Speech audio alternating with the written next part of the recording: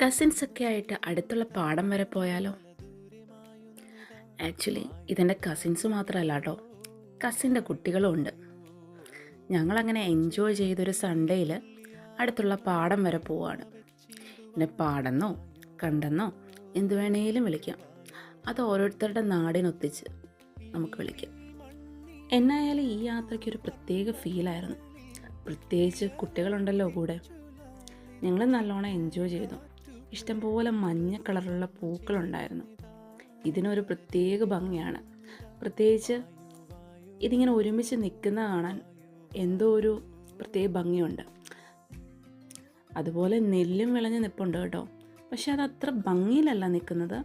എന്തായാലും നെല്ലൊക്കെ ഉണ്ട്. അപ്പം ഞങ്ങൾ അതൊന്നും ചവിട്ടി മെതിക്കാതെ സൂക്ഷിച്ചാണ് പോകുന്നത്. അതുകൂടാതെ ഒത്തിരി പേര് ഇവിടെ നിന്ന് പയറ് പറിക്കുന്നുണ്ട്.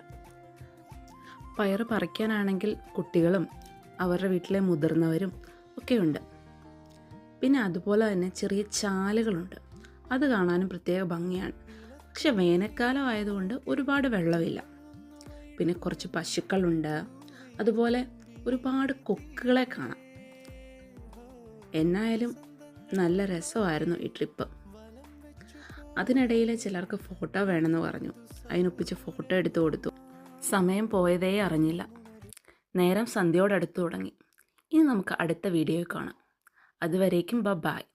സബ്സ്ക്രൈബ് ചെയ്യാനും ലൈക്ക് ചെയ്യാനും കമൻറ്റ് ചെയ്യാനും മറന്നു പോയേക്കരുത്.